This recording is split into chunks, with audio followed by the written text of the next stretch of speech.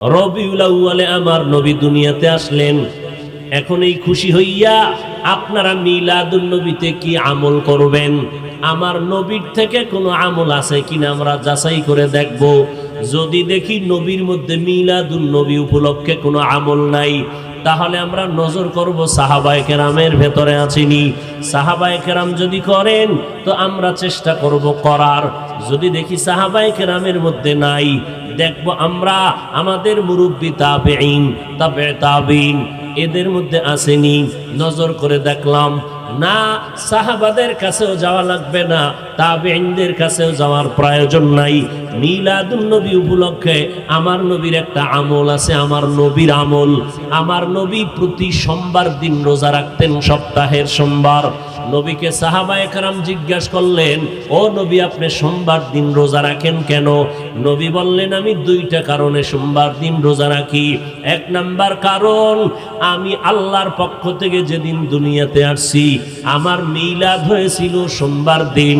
আমি মুহাম্মদ রোজা রাখার মাধ্যমে আমার মিলাদের শুকর আদায় করি।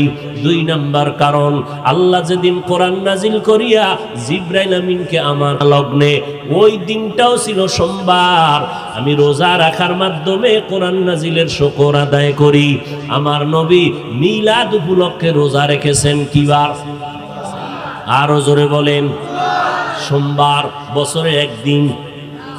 বছরে একদিন না প্রতি সোমবার? এরে নবীর উম্মতের দল, মিলাদ সম্পর্কে যদি তুমি কোনো আমল চাও, মদিনাওয়ালা নবীর থেকে একটা আমল আছে, রোজা রাখো সোমবার দিন, নবীর খুশি পালন করো সোমবার দিনের মাধ্যমে। আমার নবী সোমবার দিন রোজা রেখেছেন মিলাদের শুকর আদায়ার্থে। ও উম্মতের দল, তুমিও রোজা রাখতে পারো। অতএব যারা মিলাদ চায়, মিলাদে আনন্দ করবে, প্রমাণ করতে হবে রোজার মাধ্যমে। যারা রোজা রাখবে না তাদের মিলাদ হবে না। নাম্বার দুই, আমার নবীর জন্ম হলো একবার, আমার নবীর জন্ম হলো একদিন সোমবার। আমার নবী কেন প্রতি সোমবার 12 মাস রোজা রাখলেন? গোটা জগতের উম্মতের জানায় দিয়েছেন, ওরে বান্দা, ও দুনিয়ার উম্মতেরা, মিলাদের খুশি আর মুহাম্মদের মুহাব্বত একদিন করলে হবে না। আমি মুহাম্মদ 12 মাস রোজা রেখে প্রমাণ করে গেলাম, আমি মুহাম্মদের মুহাব্বত আর আনন্দ 12 মাস করতে হবে। রবিউল আউয়ালে রবিবার লাভ দিয়া গেলা, কই 11 মাস আর খুঁজিয়াই পাইলাম না, মসজিদেও পাইলাম না, মাদ্রাসায়ও পাইলাম না, ফজরের নামাজটা পড়ছো কিনা জানা নাই। মদিনার নবী রোজা রাখলেন। ও বান্দা, তুমি কেন জেলাফিয়ার মিষ্টি খাইয়া তোমার পেটটা বোঝাই করে ফেললা? ডাক্তার কয় ডায়াবেটিস, এরপরও তুমি কেন মিষ্টি খাও? আবার ফুলের মালা গলায় লাগায়, নিজের গলায় ফুল, আবার ঘোড়ার গলায় ফুল, আবার বড় বড় হুজুরের গলায় ফুল।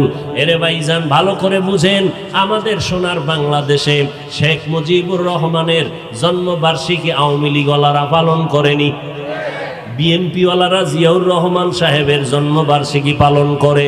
ওই জন্মবার্ষিকী পালন করতে গিয়া কেউ টুঙ্গি ভাড়া দৌড়ায়, দৌড়াইয়া ওই মাজারে গিয়া ফুল দেয়, দোয়া দায়ী করে চলে যায়। ও নবীর আশেকের দল, মিলাদুন নবী যদি তুমি নবীর জন্মবার্ষিকী পালন করতে চাও, তাহলে তোমার গলায় কেন ফুল দাও? বিমান ভাড়া করিয়া মদিনার নবীর মাজারে কেন যাও না?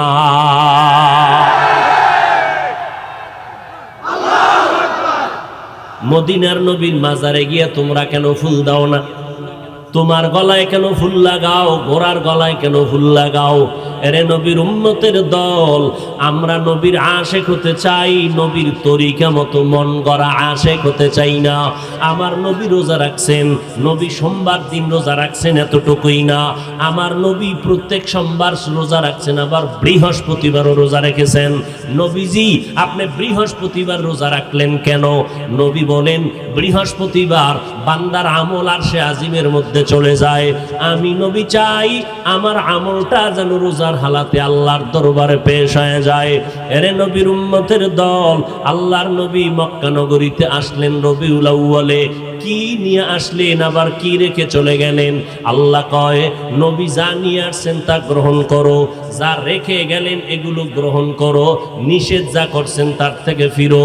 আল্লাহর নবী হাদিসে বলেন, খবরদার কোনো মাসে কোনো দিনকে তোমরা আলাদা ঈদ বানাইবা না। অমুক মাসটা ঈদের মাস এই কথা বলবা না, অমুক দিনটা ঈদের দিন এই কথা বলবা না। মদিনার নবী নিষেধ করলেন, কারণ আল্লাহ তাআলা আল্লাহর নবীর মাধ্যমে সিদ্ধান্ত দিলেন মুসলমানের জন্য বছরে দুইটা ঈদ আল্লাহ দিয়া দিলেন, ঈদুল ফিতর আর ঈদুল আজহা। ও নবীর মোহাব্বতে আনন্দ করবা, আর আমার নবীর আনন্দ তো ওই ব্যক্তি করবে যেই ব্যক্তির মধ্যে থাকবে পয়গম্বরের সুন্নতের আদর্শ।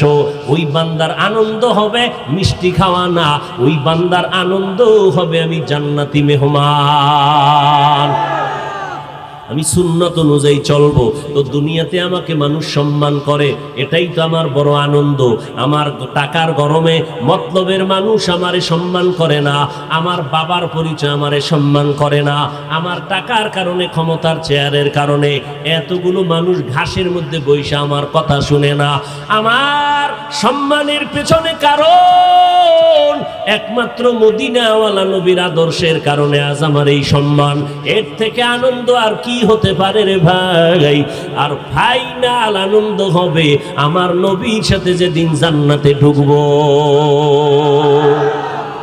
ইমামুল আউয়ালিন আল আখিরিন বহরে সাদকা রাহমাতাল লিল আলামিন সাইয়্যিদুল কাউনাইন খাতমুল মুরসালিন আখিরামত বুদে ফখরুল আউয়ালিন। আল্লাহর নবী বললেন, আমি এমন এক সময় মক্কা নগরীতে আসলাম যেই সময় মক্কার মতো খারাপ মানুষ জমিনে আর কোথাও নাই। আমি কি নিয়ে আসছি জানো নিনে মানুষ? আমি উত্তম আদর্শ নিয়ে জমিনে আসছি। আল্লাহ তাআলা বলেন, লাকাদ কানা লাকুম ফি রাসূলিল্লাহি উসওয়াতুন হাসানা। ও দুনিয়ার মানুষেরা শুনে নাও, মুহাম্মদের মধ্যে তোমাদের জন্য রয়েছে উত্তম আদর্শ। কেমন উত্তম আদর্শ?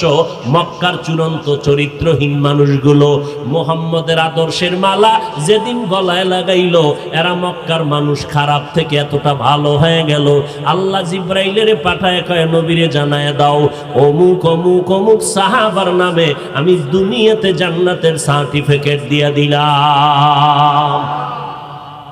আমার নবীর আদর্শ কত সুন্দর। আমার নবী বলেন, আল্লাহ তাআলা আমাকে আদর্শ নিয়ে পাঠাইলেন, আমার চলাফেরার আদর্শ কত সুন্দর।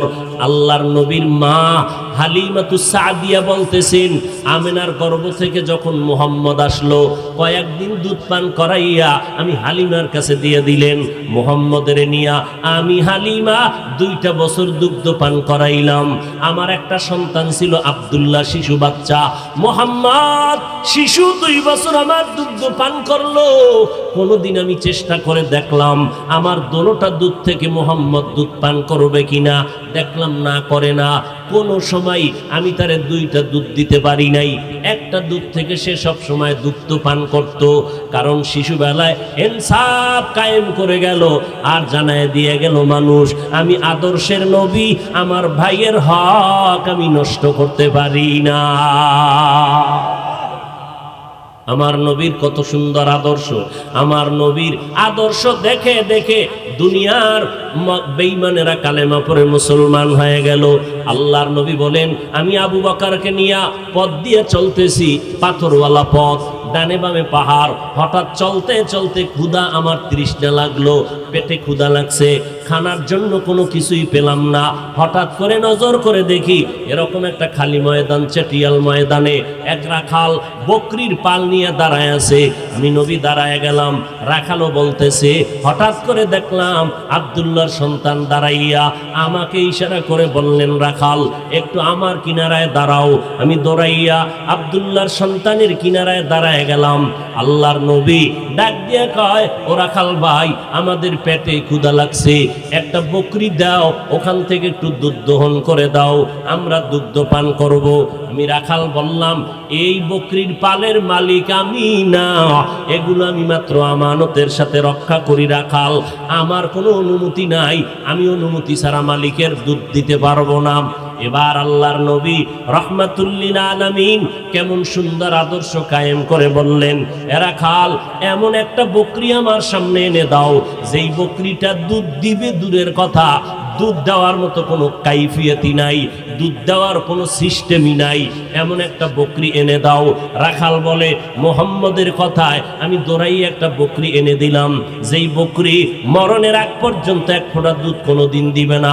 বকরিটা যখন মুহাম্মদের পাশে দাঁড়ানো, মুহাম্মদ বকরির গায়ে হাত লাগাইয়া ঠোঁট মোবারক নাড়ায় যেন কি পড়ল, হঠাৎ করে তাকাইয়া দেখি যেই বকরি মরার আগে দুধ দিতে পারে না, ওই বকরির ওলানটা দুধের দ্বারা ভরপুর হয়ে গেল।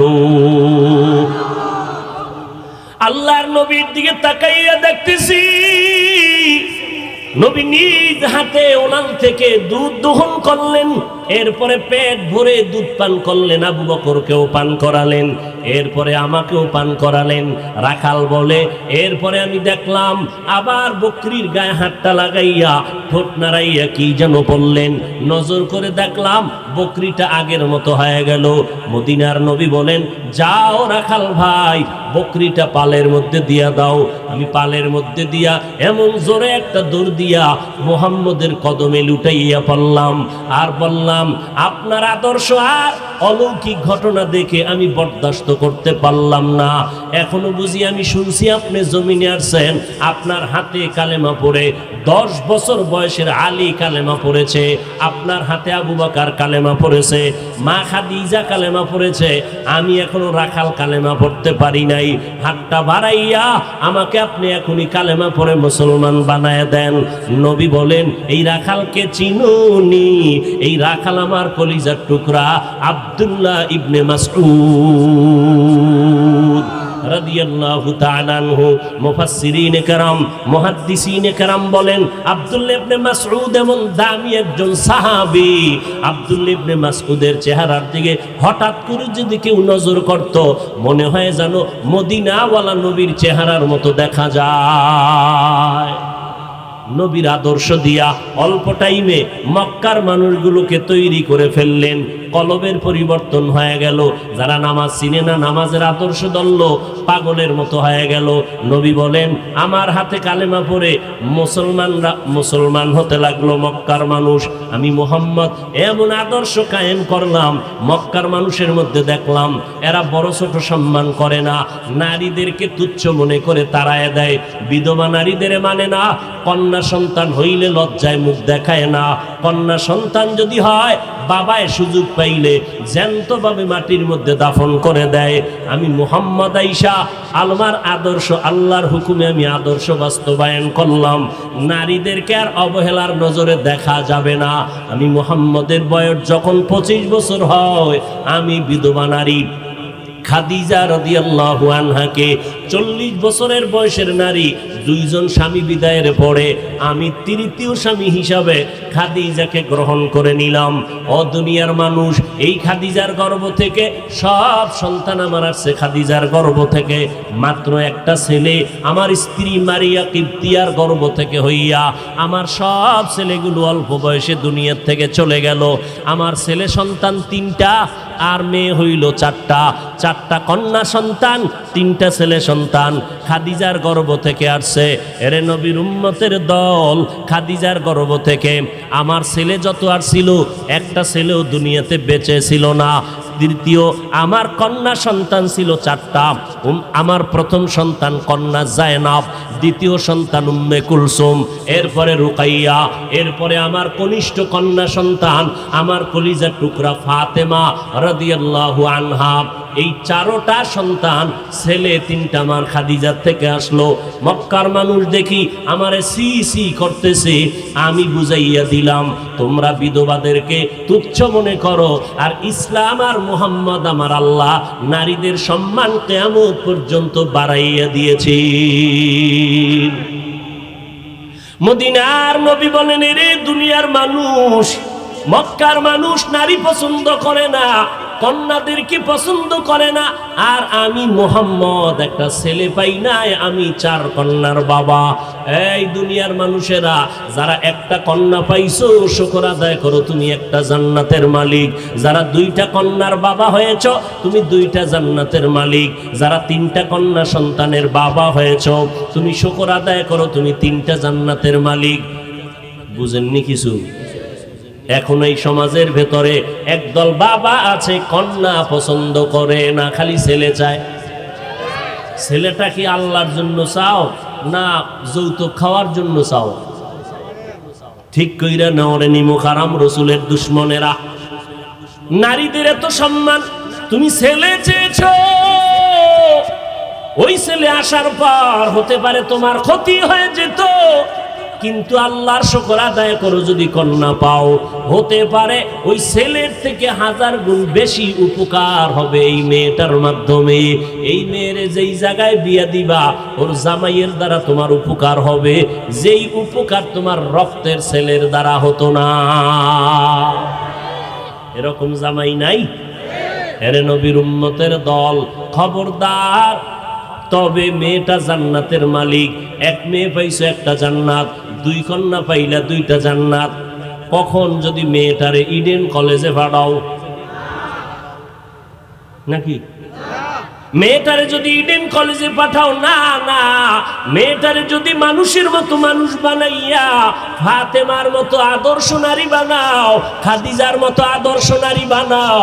হযরত আলী বলেন, মসজিদে নববীতে নবী বসে আছেন, আমি আলী হঠাৎ করে ঢুকলাম, দেখি সাহাবায়ে কেরামরা কথা বলতেছেন। একটা প্রশ্ন নবী বলতেছেন, কেউ বলতে পারবেন এই জমিনে নারীদের জন্য শ্রেষ্ঠ গুণের নাম কি? একজন সাহাবীও কথা বলে না। আমি আলী দীর্ঘ সময় বসে হঠাৎ করে বের হইয়া একটা দৌড় দিয়া আমার ঘরে গিয়ে দাঁড়ায় গেলাম। আসসালামু আলাইকুম ইয়া আহলাল বাইত, ও ঘরওয়ালারা, তোমাদের উপরে সালাম। ফাতেমা ভেতর থেকে দরজা খুলে সালামের জবাব দিলেন। আপনার বিবিরা দেয়নি? আমি দিলে না দিবে? স্বামী ঘরে ঢুকে সালাম নাই, তো স্ত্রী কেমনে সালাম দিবে? মদিনার নবী বলেন, আমি রসুলের আদর্শ, ঘরের মধ্যে ঢুকো পরের ঘরে আর নিজের ঘরে অনুমতি না আমাকে সালামের মাধ্যমে। মোবাইলে কথা বলতেছো, আগে অনুমতি নাও সালামের মাধ্যমে। সারা দুনিয়ার বেঈমানের গোষ্ঠীরা মুসলমানের সালামটা বন্ধ করে হ্যালো হ্যালো শিখাইয়া দিল। খোদার কসম, আল্লাহর নবীর সুন্নতের আমল হলো হ্যালো না। কথা বলার শুরুতে তুমি সালাম দাও, হ্যালো না বলিয়া কও আসসালামু আলাইকুম, ওখান থেকে কোনো আওয়াজ নাই। আবার বলো আসসালামু আলাইকুম, ওখান থেকে পাল্টা জবাব নাই। যতবার সালামের জবাব না দিবে তুমি শুধু সালাম দিতে থাকো। যদি জবাব না দিয়ে কয় কে ফোন করলেন, সালামু আলাইকুম। ভাইজান আপনি কে ফোন করলেন, সালামু আলাইকুম। যতক্ষণ সালামের জবাব দিবি না আমার সালাম বন্ধ হবে না। একবার যদি টেস্ট করো, জীবনের তরে বান্দা সালামওয়ালা হয়ে যাবে। হ্যালো বলবা না সালাম? ঘরের মধ্যে ঢুকার আগে কি সালাম? হযরত আলী বলেন, আমি সালাম দিলাম। ফাতেমা ব্যস্ত ছিল কাজে, কাজ বন্ধ করে আমি স্বামীর খেদমতের জন্য ফারেক হয়ে গেলেন। আর আমগো আম্মা জানেরা কাজ না থাকলেও আগে যদি ব্যস্ত থাকে, স্বামী আগে যদি শুয়েও থাকে, টেলিভিশন দেখে, স্বামী ঢুকার পরে সাথে সাথে বিছনায় পড়ে যায় অসুস্থ, কোনো কাজের যেন অর্ডার না আসে। যদি কয় পানি দাও, নিয়ে খাও, ঠিক নেই? কারণ ওই যে যৌতুক খাইয়ে বিয়ে করছে, এখন ওই বউয়ের গোলাম হয়ে গেছে। আল্লাহ হেদায়াত দান করুন। ফাতেমা সালাম দিলেন। কোথা থেকে আসলেন স্বামী আমার? বলে মুহাম্মদ পয়গম্বরের দরবার থেকে। আমার আব্বা জান কেমন আছেন? আলহামদুলিল্লাহ। তবে একটা জটিলতার মধ্যে দেখলাম। কি? প্রশ্ন চলতেছে, নারীদের জন্য জমিনের মধ্যে শ্রেষ্ঠ গুণ কি? কেউ জবাব দেয় না। ফাতেমা তুমি যদি জবাব দাও, আমি মদিনাওয়ালা নবীর কাছে আবার যাব। ফাতেমা কয়, আমার আব্বারে সালাম পৌঁছাইয়া দিয়া বলবেন, নারীদের জন্য জমিনে শ্রেষ্ঠ গুণ হলো বেগানার নজর থেকে নিজেকে বাঁচাইয়া রাখা। বেগানার নজর থেকে নিজের হেফাজতে রাখা নারীদের জন্য শ্রেষ্ঠ গুণ। হযরত আলী বলেন, আমি দৌড়াইয়া আবার মসজিদে নববীর মধ্যে চলে গেলাম, সালাম দিলাম, নবীজি ঘর থেকে আসলাম, আমার ফাতেমার কি হালাত? বলে নবী ভালো, সালাম দিয়েছেন আর জবাব দিয়েছেন।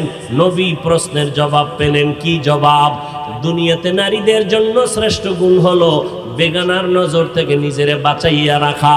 এরে নারীর দলেরা, আল্লাহর নবী তোমাদের সম্মান বাঁচাইয়া রাখছেন, তোমাদের ইজ্জত বাড়ায় দিলেন। ইসলাম ছাড়া নারীর সম্মান মর্যাদা কেউ দিতে পারে নাই। এরে নবীর উম্মত, আম্মাজান আয়েশার কথা দেখলাম গতকালকে রসুলের সিরাতের আলোচনা দেখতে গিয়া। আম্মাজান আয়েশা বলেন, আমার নবী দুনিয়া থেকে বিদায় হলেন, আমার হুজরার মধ্যে তার দাফন। আমি আসি যাই, ভেতরে ঢুকতেছি, আমার ওড়নাটা ঠিক মতো রাখি না।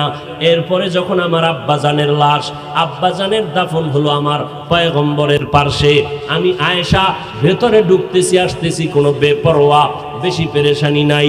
কিন্তু যেদিন হযরত ওমরের লাশ আমার আব্বার পাশে দাফন হয়ে গেল, তখন আমি পেরেশান হয়ে গেলাম। এখন আমি যতবার রওজা পাকের মধ্যে প্রবেশ করি, আমি আয়েশা ওড়না টাইনা দিয়া পর্দা রক্ষা করে ঢুকি। এরা কবরের ভিতরে, আমি কবরের উপরে, মাটির উপরে, এখানে আর পর্দার মাসআলা কি?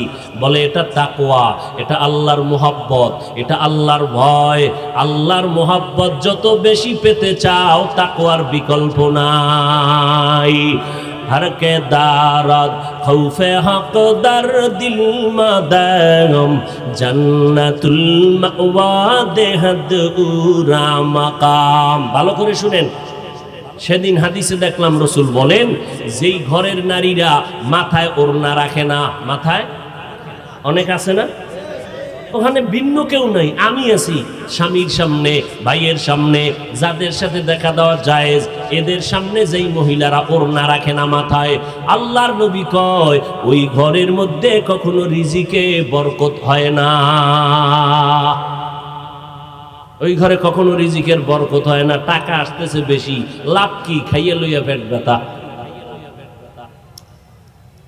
খাওয়ার পরে সব টাকা ঔষধে চলে যায়।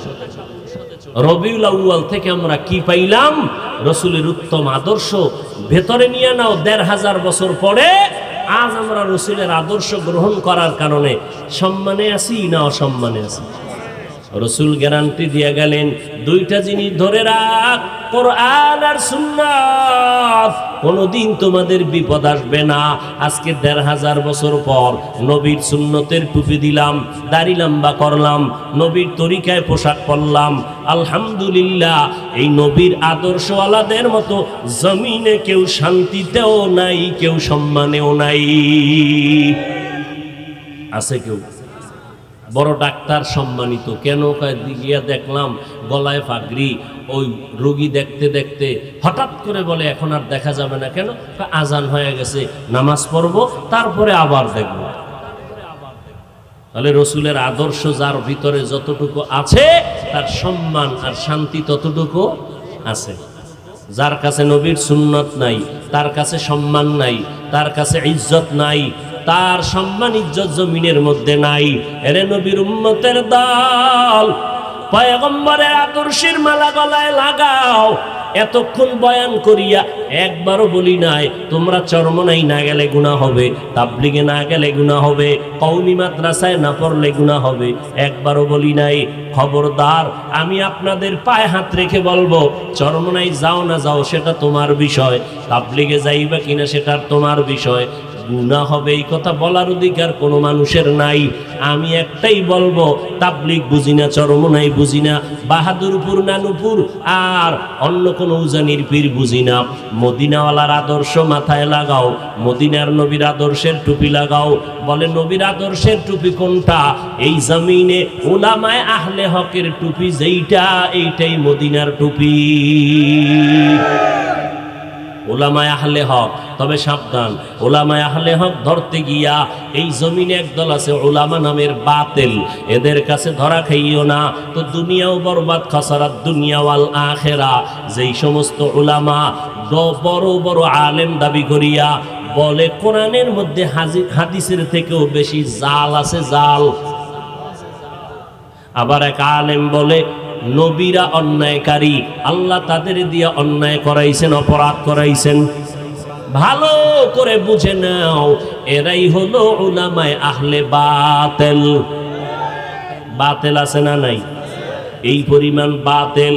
আমি আজকে জুমায় বলছি, আমেরিকায় হঠাৎ ইসলাম কায়েম হবে খুব মনে কয়, আর রাশিয়ার মধ্যে হঠাৎ ইসলামের পতাকা উঠে যাবে দ্রুত গতিতে, কি ইন্ডিয়ায়ও ইসলামের পতাকা উঠতে পারে দ্রুত, কিন্তু ভয় লাগে সোনার বাংলায় ইসলামের পতাকা তাড়াতাড়ি উঠবে না, আমগো টুপিওয়ালাদের ধাক্কা ধাক্কির কারণে।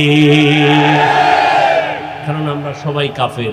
আমি কই আর একজনের কাফের, সে কয় আমারে কাফের, তো আমি ইমান কই। আমি বলি আমি ইমানদার, আর একজনকে আমি কাফের। এইভাবে যদি হোমানে একজনে আর একজনের কাফের করে, তাহলে মুসলমানই নাই দেশে।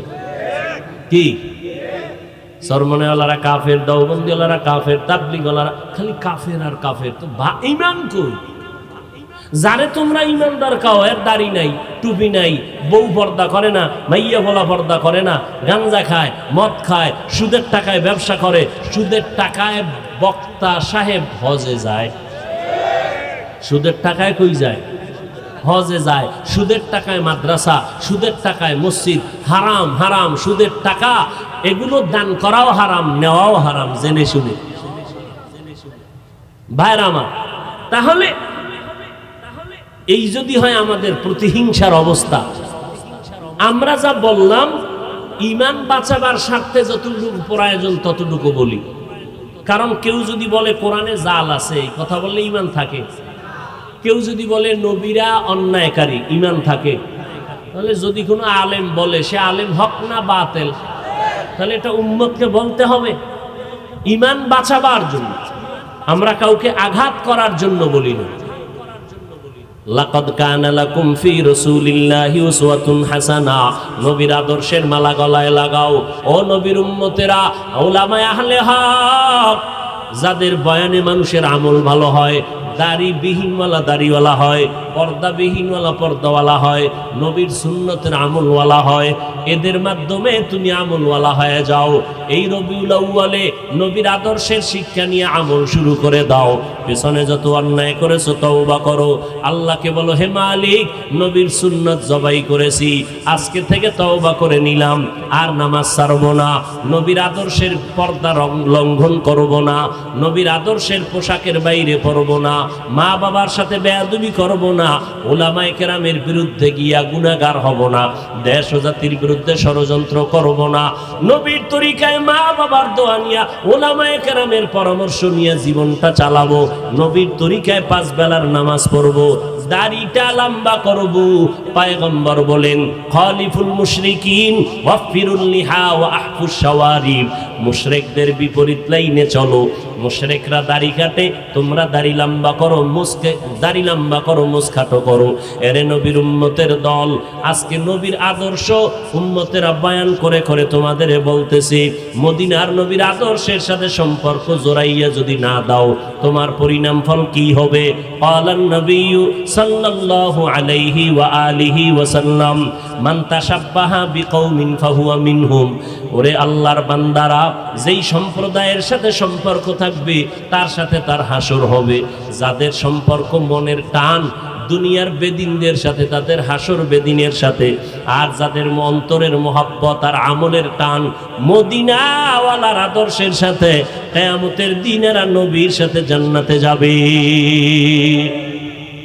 অতএব নবীর সুন্নতওয়ালা আমল, দাড়িটা কেমনে রাখবা, আঙ্গুলের নখগুলো কেমনে কাটবা, ওখানেও নবীর সুন্নত আসেনি, পালন করো রে বাবা। নবীর রেখে যাওয়া সুন্নাত কোনো হিন্দুরা পালন করবে না, কোনো খ্রিস্টানেরা পালন করবে না, ইহুদিরা পালন করবে না। নবীর সুন্নতের আদর্শের আমল করবে কারা? জোরে বলেন। মতলবের মুসলমান ব্যতীত না মতলবের দিও? তাহলে তোমার বয়স হলো 30 বছর, তোমার গালে দাড়ি কেন ওঠে না? এই আল্লাহর বান্দা, তোমার মাথায় কেন মদিনার আদর্শের টুপি দেখা যায় না? তোমার সাথে কোনো কারোর চুক্তি হয়েছে নাকি? মরার আগে তওবা করিয়া মরতে পারবা, গ্যারান্টি আছেন? নাই। এরে নবীর উম্মতের দল, এখনো সময় আছে, তওবা করে নাও। কয়দিন আর জমিনে বাহাদুরি করবা? এমন কোনো দিন নাই যে যুবকের লাশের খবর নাই। প্রতিদিন মরণের খবর আর খবর। মা হারা, বাবা হারা, আবার কত মা বাপ সন্তান হারা, অসহায় হয়ে গেল। অতএব মরণের আগে তওবা করে নাও। আর জীবনে নামাজ ছাড়বো না, বেপরদায় চলবো না, মা বাবারে কষ্ট দিব না, নবীর তরিকার বাইরে চলবো না, নামাজ 5 বেলার পড়ব, দেশ ও জাতির বিরুদ্ধে ষড়যন্ত্র করব না। উলামায়ে আহলে হকের পরামর্শ নিয়া আমরা সঠিক রাস্তায় নবীর তরিকা মতো চলবো। আল্লাহ পাক আমাদের সবাইকে তওবাওয়ালা জিন্দেগি দান করুন। নবীর আদর্শওয়ালা জিন্দেগি নিয়া নবীর তরিকা মতে আমাদের জীবনকে চলার মতো তৌফিক আল্লাহ দান করেন। আমিন। আলহামদুলিল্লাহি রাব্বিল আলামিন। والصلاة والسلام على سيد الأنبياء والمرسلين وعلى آله وأصحابه أجمعين. يا أرحم الراحمين، يا أرحم الراحمين، يا أرحم الراحمين. رب ارحمهما كما ربياني صغيرا. बता हमको तेरे राह की तरफ है, तेरे राह पर चला हमको खुदाया. बेगुनाह न गुज़श्त बरमा साअते, बाहुजूरे दिन न करदम ताअते. या इलाही मुझसे मुझको दूर कर, ताके देखो मुझ में तुझको एक नजर. रब्बुल आलमीन रब्बी हुस्बान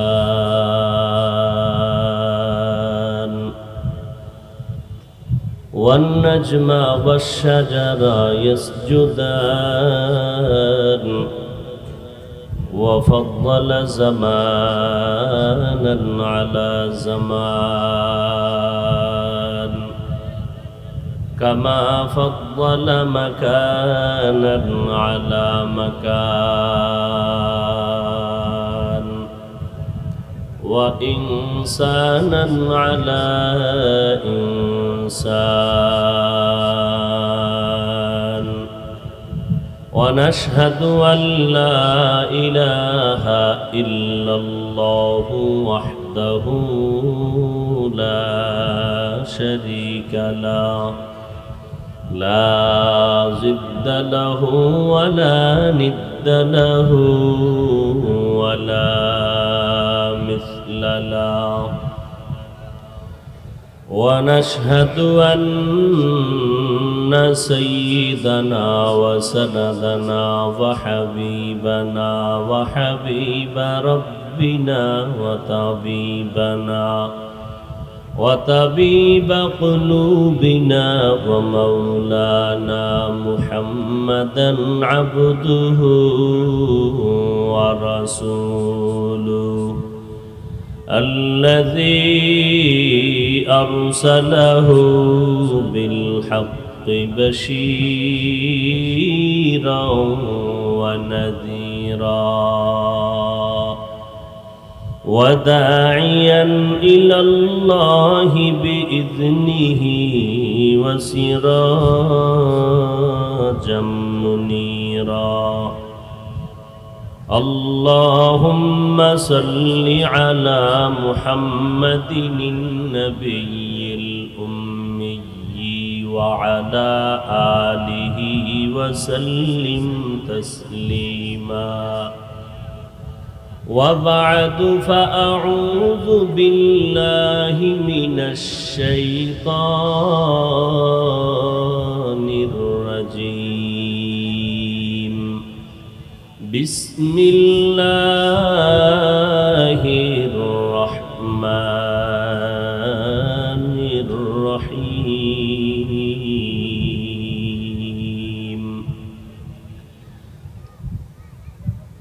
ما آتاكم الرسول فخذوه وما نهاكم عنه فانتهوا وقال النبي صلى الله عليه وآله وسلم تركت فيكم أمرين لن تضلوا ما تمسكتم بهما كتاب الله وسنة رسولي أو كما قال النبي عليه الصلاة والسلام صدق الله مولانا العظيم وصدق رسوله النبي الأمي الكريم ونحن على ذلك من الشاهدين والشاكرين والذاكرين والحمد لله رب العالمين سبحانك لا علم لنا إلا ما علمتنا إنك أنت العليم الحكيم رب اشرح لي صدري ويسر لي أمري واحلل عقدة من لساني يفقه قولي تکبیر میں کلمہ میں نمازوں میں اذا میں تکبیر میں کلمہ میں نمازوں میں اذا میں ہے نام الہی سے ملا نام محمد ہے نام الہی سے ملا نام محمد فرماتے ہیں آدم کو مجھے خلد تری میں فرماتے ہیں آدم کو مجھے خلد تری میں لکھا ہوا تو باپ ملا نام محمد لکھا ہوا تو باپ ملا نام محمد ہے میم میں محبوب یہ مطلق کا اشارہ ہے میم میں محبوب یہ مطلق کا اشارہ پھر کیوں نہ ہو محبوب خدا نام محمد پھر کیوں نہ ہو محبوب خدا نام محمد درود و سلام سید المرسلین رحمت للعالمین شفیع المذنبین خاتم النبیین سید الثقلین امام المرسلین شفیع اعظم رسول اکرم رحمت عالم نبی العرب العجم حبیب کبریا اشرف الانبیاء سید الانبیاء شفیع محشر ساقی کوثر آقا نامدار مدینہ کا تاجدار آفتاب نبوت فخر موجودات سید المخلوقات حضرت محمد الرسول اللہ صلی اللہ علیہ وآلہ وسلমের উপর সর্বোপরি শুকর যাদের অক্লান্ত পরিশ্রমের মাধ্যমে আজ সুন্দর আয়োজন সময় পরামর্শ অর্থ দিয়ে দোয়া করে উপস্থিত হয়ে মাইক লাইট প্যান্ডেলের ব্যবস্থাপনার মাধ্যমে সহযোগিতার হাত যারা বাড়িয়েছেন প্রত্যেককেই আল্লাহ রাব্বুল আলামিন এ খেদমতের বরকতে দুনিয়াতে শান্তি পরকালে চিরমুক্তির ব্যবস্থা করে দিন। দীর্ঘ সময় আপনারা হযরতে উলামায়ে কেরামের পবিত্র জবানে দিক নির্দেশনামূলক কোরআন ও সুন্নাহ ভিত্তিক আলোচনা শ্রবণ করতেছিলেন। পরিশেষে আমি আপনাদের দোয়া নেওয়ার আশায় সংক্ষিপ্ত আকারে কিছু কথা বলার নিয়তে কোরআনে হাকিমের এক আয়াতাংশ তিলাওয়াত করেছি। রাসূল আরবি সাল্লাল্লাহু আলাইহি ওয়া আলিহি ওয়াসাল্লামের অসংখ্য অগণিত অমীয় বাণী হাদিস শরীফের মধ্য থেকে একটি হাদিস পড়েছি। আল্লাহ পাক আয়াত ও হাদিসের আলোকে ইখলাস ও রুহানিয়তের সমন্বয় কিছু কথা বলার মতো শুনবার মতো আমাকে আপনাদের প্রত্যেককেই ধৈর্য ও তৌফিক দান করুন। মা আতাকুমুর রাসূলু ফাখুযু, ওই সমস্ত জিনিস আল্লাহ বলেন তোমরা রসুল যা নিয়ে আগমন করেছেন তা আঁকড়ে ধরো। ওয়ামা নাহাকুম আনহু ফান্তাহু, ওই সমস্ত জিনিস থেকে তোমরা ফিরে যাও যার থেকে রাসূল ফিরে যেতে বলেছেন। হাদিসে পাকে নবী বলেন, আমি বিদায় বেলা দুটো জিনিস রেখে যাই, তোমরা যদি আঁকড়ে ধরো কখনোই তোমরা পথভ্রষ্ট হবে না, লাইনচ্যুত হবে না, ক্ষতির মধ্যে তোমরা পড়বে না। দুই জিনিসের, প্রথম কোরআন, দ্বিতীয় রাসূলের সুন্নাহ। সিরাতুন নবীর আলোচনা। বর্তমান মাস আপনারা জানেন রবিউল আউয়াল। পৃথিবীর ইতিহাসের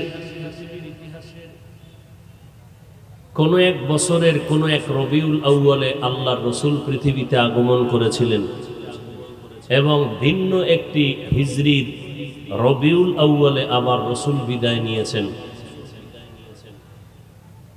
খুব খেয়াল করেন, পৃথিবীতে রাসূল আগমন করেছেন হিজরি সনের এক রবিউল আউয়ালে, আবার ভিন্ন হিজরির রবিউল আউয়ালে আল্লাহর রাসূল বিদায় নিয়েছেন। আসার দিন ছিল সোমবার, যাওয়ার দিন ছিল সোমবার। যাওয়ার তারিখ 12 রবিউল আউয়াল। আসার তারিখ নিয়ে ইখতিলাফ, মতবিরোধ। কেউ বলেছেন 2, কেউ বলেছেন 5, কেউ বলেছেন 9, কেউ বলেছেন 8, কেউ বলেছেন 12। তাহলে আসলেন রবিউল আউয়ালে, বিদায় নিলেন রবিউল আউয়ালে, এই কথায় কারো দ্বিমত নাই। বার ছিল সোমবার, আগমনের দিন সোমবার, বিদায়ের দিন সোমবার, এই কথায় কারো দ্বিমত নাই। যাওয়ার তারিখ 12, এ কথায় কারো দ্বিমত নাই। আসার তারিখ নিয়ে দ্বিমত। তাহলে আসলেন রবিউল আউয়ালে, বিদায় নিলেন রবিউল আউয়ালে, মাঝখানে সময় কাটলো কত? কি ঘুমাইতেছেন?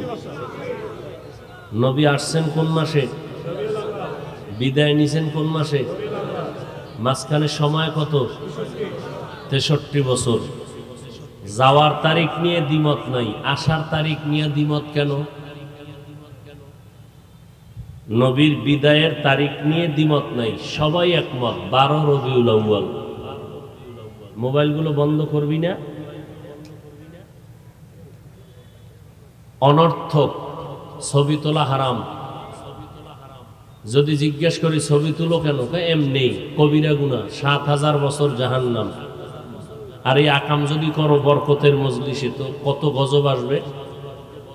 সমস্ত দুনিয়ার উলামায়ে কেরাম একমত, এমনি ছবি তোলা হারাম, বিনা কারণে ছবি তোলা হারাম। কাকে বলবো? না আলেমকে ফিরাইতে পারি, না উল্লেখযোগ্য বুদ্ধিজীবী মাথা মোটাদেরকে ফিরাইতে পারি, না সইতে পারি, না কিছু বলতে পারি। পাগলের মতো হয়ে গেছে। অর্থাৎ চ্যালেঞ্জ দিছে ওর বাবার সাথে যে আমি জাহান্নামে গিয়েই ছাড়বো এই মোবাইল দিয়ে। আর ওর বাবায় মান্নত করছে তোরে জাহান্নামে পৌঁছাইয়েই ছাড়বো এই মোবাইল দিয়ে। এই মান্নত পুরা করতেছে। কতবার বলছি মোবাইল বন্ধ করার জন্য। বুদ্ধি থাকলে নাকি ঘরজামাই থাকা লাগে না। তো তুমি যদি মোবাইলটা এখানে ওপেন করো, উদ্দেশ্য কি? বয়ান রেকর্ড করবা? তোমার রেকর্ডও ভালো হবে না, ছবিও ভালো আসবে না। বুদ্ধি থাকলে তো তুমি মিডিয়াওয়ালাদের থেকে ডাউনলোড করে পরে নিতে পারো। তোমার যে বুদ্ধি নাই এটাও একটা প্রমাণ। এই মোবাইলে তোমার টাটকা তারছেরা বানায় ফেলেছে। লজ্জা শরম সব চলে গেছে। আল্লাহ হেদায়েত দান করুন।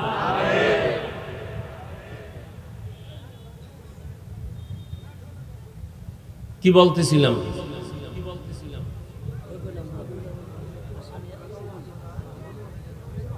একজনেরও অ্যান্সার সঠিক না। কি বলতেছিলাম?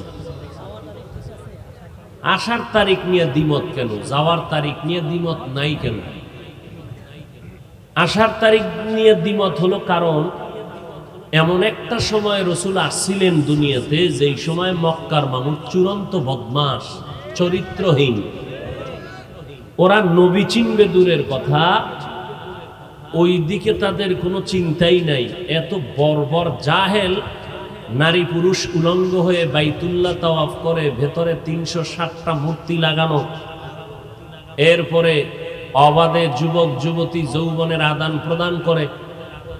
তো এমন একটা সন্তান এমন মুহূর্তে জমিনে আসবে, কে কার খবর রাখে? আমেনা বলতেছেন, আমি দেখতেছি একটা নূরের আলো আমার ঘরের মধ্যে, যে আলোতে শুধু ঘর আলোকিত হয় নাই, বহুদূরের বসরা এলাকার রাজপ্রাসাদ পর্যন্ত আলোকিত হয়ে গেছে। এখন এই খবর যারা দেখছে বুঝছে তারা বুঝবে। যখন নবী বড় হতে শুরু হলেন, অলৌকিক কিছু কিছু ঘটনা প্রকাশ পেতে লাগলো। মানুষ তাকায় দেখে, এই লোকটা কে? রাস্তা দিয়ে হাঁটলে মেঘ ছায়া দেয়। এই ব্যক্তিটা কে? যার গায়ের ঘাম থেকে মিশকের ঘ্রাণ আসে।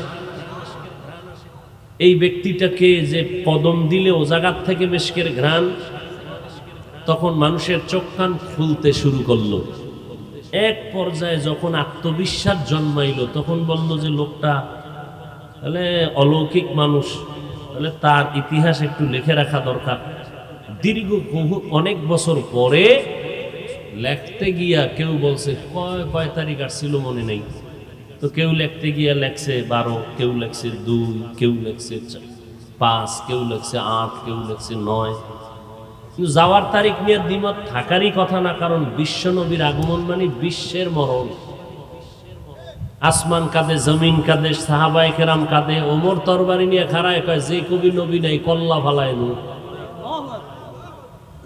মাথা গরম হয়ে গেছে। এই জন্য আসার তারিখ নিয়ে দ্বিমত, যাওয়ার তারিখ নিয়ে দ্বিমত নাই। আশাটাকে বলা হয় মিলাদুন নবী। রসুলের আগমনকে কি বলে? বিদায়টাকে বলে ওয়াফাতুন নবী। মধ্যখানের সময়টাকে বলে সিরাতুন নবী। তো কয়টা শব্দ? আবার ডাউন হলো কেন সাউন্ড?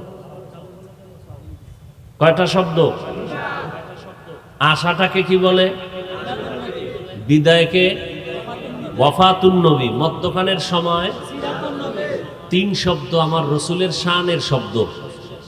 3টা শব্দ আমার রসুলের শানের, কোন পীরের না। এই শব্দ পীরের নামে আছে? কোন অলির নামে আছে? 3টা শব্দ আমার রসুলের শানের শব্দ। এই 3 শব্দের মধ্যে পাওয়ারওয়ালা শব্দ মাঝখানেরটা কোনটা? সিরাতুন নবী পাওয়ারফুল শব্দ। কেমন পাওয়ার খেয়াল করেন। মিলাদুন নবী যদি কেউ অস্বীকার করে তার ঈমান দুর্বল, খুব খেয়াল করেন। ওয়াফাতুন নবী যদি কেউ অস্বীকার করে তার ঈমান দুর্বল। সিরাতুন নবীকে অস্বীকার করলে তার ঈমানই নাই। কথা বুঝাইছে? নাম্বার 2, সিরাতুন নবী যে পাওয়ার বেশি, এর এক জবাব দিলাম। দ্বিতীয় জবাব, সিরাতুন নবী এমন একটা পাওয়ারওয়ালা শব্দ, যেই শব্দ বললে মিলাদুন নবী আর বলার প্রয়োজন হয় না। কারণ মিলাদুন নবী সিরাতুন নবীর মধ্যে আছে, ওয়াফাতুন নবীও সিরাতুন নবীর মধ্যে আছে। নতুন করে বলতে হয় না মিলাদুন নবী ওয়াফাতুন নবী সিরাতুন নবী মানি। এবার অর্থ শুনেন। মিলাদ শব্দের অর্থ জন্ম মোবারক। আন-নবী শব্দের অর্থ আমাদের সুপরিচিত নবী। পৃথিবীতে সুপরিচিত নবী স্রেফ একজন, আর কোন নবী সুপরিচিত না। বলে কেমন সুপরিচিত? পিপিলিকার কাছেও পরিচিত। গর্তের সাপ আমার রসুলকে চিনে, নদীর মাছ আমার রসুলকে চিনে, উড়ন্ত পাখি আমার রসুলকে চিনে, গর্তের পিপিলিকা আমার রসুলকে চিনে। আমার রসুলের জন্য সমস্ত প্রাণীরা পাগল, নিষ্প্রাণ কাঠ পাগল, গাছ পাগল। নবী বলেন, আমি যখন রাস্তা দিয়ে হাঁটি, দুপার্শ্বের গাছ নত হয়ে আমাকে সালাম দেয়। তাহলে আমার রসুলের মতো পরিচিত আর কোন নবী আছে? তাহলে মিলাদ শব্দের অর্থ জন্ম মোবারক, আন-নবী অর্থ আমাদের সুপরিচিত নবী। 2 শব্দ মিলাইলে কি হবে? মিলাদুন নবী। অর্থ হবে আমাদের সুপরিচিত নবীজির জন্ম মোবারক। ওয়াফাতুন নবী অর্থ আমাদের সুপরিচিত নবীজির ইন্তেকাল, মরণ, মৃত্যু। কথা বুঝেন? মতলবের মানুষ আগে বুঝবেন, আগে ভালো করে শুনবেন, তারপরে বুঝবেন, প্রশ্ন থাকলে করবেন। শুনবেনও না, বুঝবেনও না, ফট কইরা কিছু মন্তব্য করবেন, এটা চরম ভুল। কারণ এটি ঈমান আসা আর যাওয়ার বিষয়। খুব খেয়াল করেন, ওয়াফাতুন নবী অর্থ আমাদের সুপরিচিত নবীজির মৃত্যু, মরণ, ইন্তেকাল। আর সিরাতুন নবী শব্দের অর্থ হলো আমাদের সুপরিচিত নবীজির জীবন আদর্শ। রসুলের জীবন আদর্শ 63 বছর। রসুলের এই 63 বছর জীবন আদর্শের মধ্যে মিলাদুন নবীও আছে, ওয়াফাতুন নবীও আছে। কথা বুঝেন? আমার রসুল দুনিয়াতে আসছেন, আমরা মিলাদুন নবীও মানি, সিরাতুন নবীও মানি, ওয়াফাতুন নবীও মানি। কথা বুঝেন? সমাজের ভেতরে বিশাল একটা দল আছে, এরা ওয়াফাতুন নবী মানে না, রসুল মরে গেছেন এটা মানে না। কি বলে, কয় রসুল সব সময়ের জন্য জিন্দা, রসুল কখনো মরে নাই। তাকে জিজ্ঞেস করেন, আমার রসুলের 12ই রবিউল আউয়াল যে ইন্তেকাল হলো, জানাজা হয়েছিল নি? আপনাদের জানা থাকলে বলেন তো, রসুলের জানাজা হয়েছিল কিনা? হ্যাঁ, সোমবার দিন চাশতের টাইমে রসুলের ইন্তেকাল। জোহরের আগে একটা নামাজ আছে চাশত, এই সময় রসুলের ইন্তেকাল। পরের দিন মঙ্গলবার সকাল টাইমে রসুলের গোসল, পরের দিন রাত্রে তাহাজ্জুদের টাইমে রসুলের দাফন।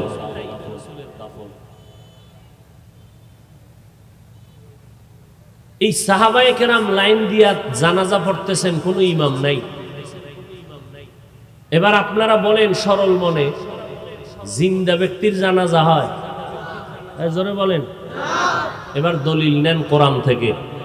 আল্লাহ বলেন, ইন্নাকা মাইয়িতুন ওয়া ইন্নাহুম মাইয়িতুন। হে রাসূল, ইন্নাকা নিশ্চয়ই আপনি, মাইয়িতুন, মাইয়িত বুঝেন? মাইয়িত মানে কি? জিন্দা। আপনারা যখন জানাজায় দাঁড়ান, সামনে কি থাকে? মাইয়িত। মাইয়িত মানে জিন্দা। আল্লাহ কোরআনে কয়, ইন্নাকা, হে রাসূল, নিশ্চয়ই আপনি, মাইয়িতুন মানে জিন্দা। হ্যাঁ, তাহলে যে রসুলকে মাইয়িত মনে করে না আল্লাহর এই আয়াত অনুযায়ী, সে তো কোরআনের আয়াতই মানল না। যে কোরআনের আয়াত মানে না, তার ঈমান কেমন পাকা চিন্তা করেন। আমাদের আহলে সুন্নাত ওয়াল জামাতের আকীদা, রসুল মরণ হয়েছে, কিছু সময়ের জন্য রসুলের দেহ মোবারক থেকে রূহকে আলাদা করা হয়েছে। এরপরে রসুল কবরে গেলেন। রওজা আতহারের মধ্যে যাওয়ার পরে আল্লাহ পাক রসুলকে আবার জিন্দা করে দিলেন। কিয়ামত পর্যন্ত আমার নবী জিন্দা অবস্থায় নামাজের হালাতে আল্লাহর মারেফতের মজা নিবেন রওজা মোবারকের মধ্যে। قال النبي صلى الله عليه وآله وسلم الأنبياء أحياء في قبورهم يصلون الأنبياء أحياء সমস্ত নবীরা জিন্দা, ফি কুবুরিহিম কবরের মধ্যে। নাও করে কোথায়? ফি কুবুরিহিম কবরের ভেতরে। ইউসাল্লুনা তারা নামাজ আদায় করেন।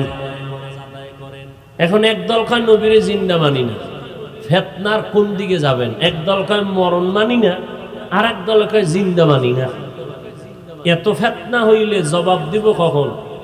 ঘরে ঘরে ফিতনা। একদল বলে রসুলের মরণ মানি না, আর একদল বলে রসুল জিন্দা মানি না। আল্লাহ কয় জিন্দা তো জিন্দাই, আমি এদেরকে খানা দেই।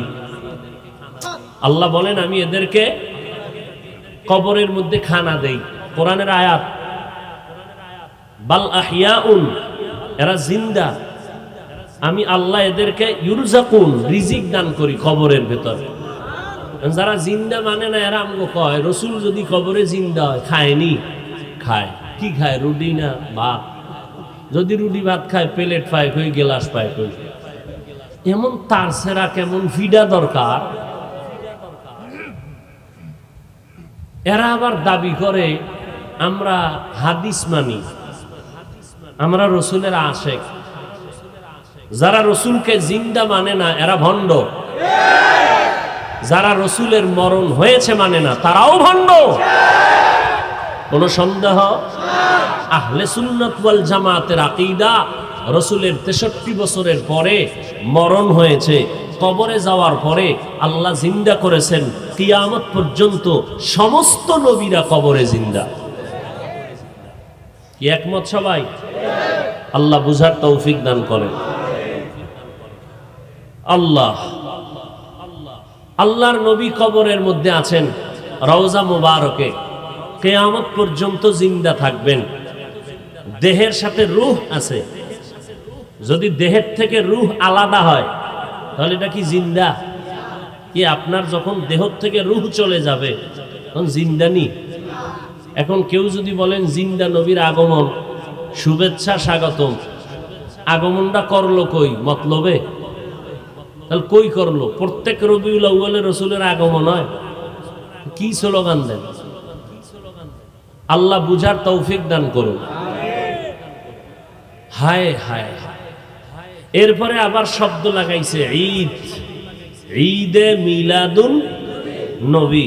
পৃথিবীর কোন কিতাব, হাদিসের ব্যাখ্যা, কোরআনের তাফসীর, পৃথিবীর কোন কিতাবে আমাদের আহলে হকের, ভণ্ডদের না, আহলে হকদের কোন কিতাব, হাদিসের ব্যাখ্যা কিতাব, কোরআনের কোন তাফসীরের মধ্যে ঈদে মিলাদুন নবী শব্দটা নাই।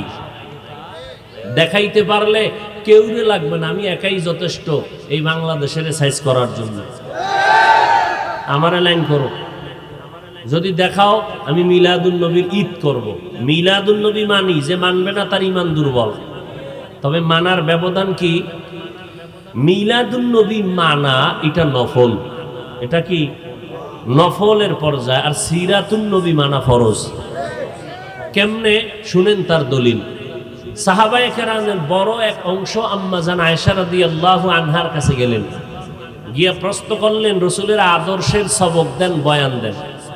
আম্মা জান আয়েশা রাদিয়াল্লাহু আনহা পাল্টা প্রশ্ন করলেন, আফা তাকরাউনাল কুরআন, সাহাবায়ে কেরাম আপনারা কোরআন শরীফ কি তেলাওয়াত করেন না? ক্বালু বালা, বলে হ্যাঁ করি। আম্মা জান আয়েশা বললেন, কানা খুলুকুহুল কোরআন, কোরআন শরীফটাই হলো নবীর আদর্শ। আদর্শের আরবি হলো সিরাতুন নবী, নবীর সিরাত হলো কোরআন, সিরাতুন নবী হলো কোরআন, সিরাতুন নবী হলো নামাজ, সিরাতুন নবী হলো কোরআনের বর্ণিত পর্দা, সিরাতুন নবী হলো কোরআনের বর্ণিত রোজা। যারা বলে আমরা সিরাতুন নবী মানি না, প্রমাণ তারা কোরআন হাদিস মানে না। রসুলের সিরাত হলো কোরআন,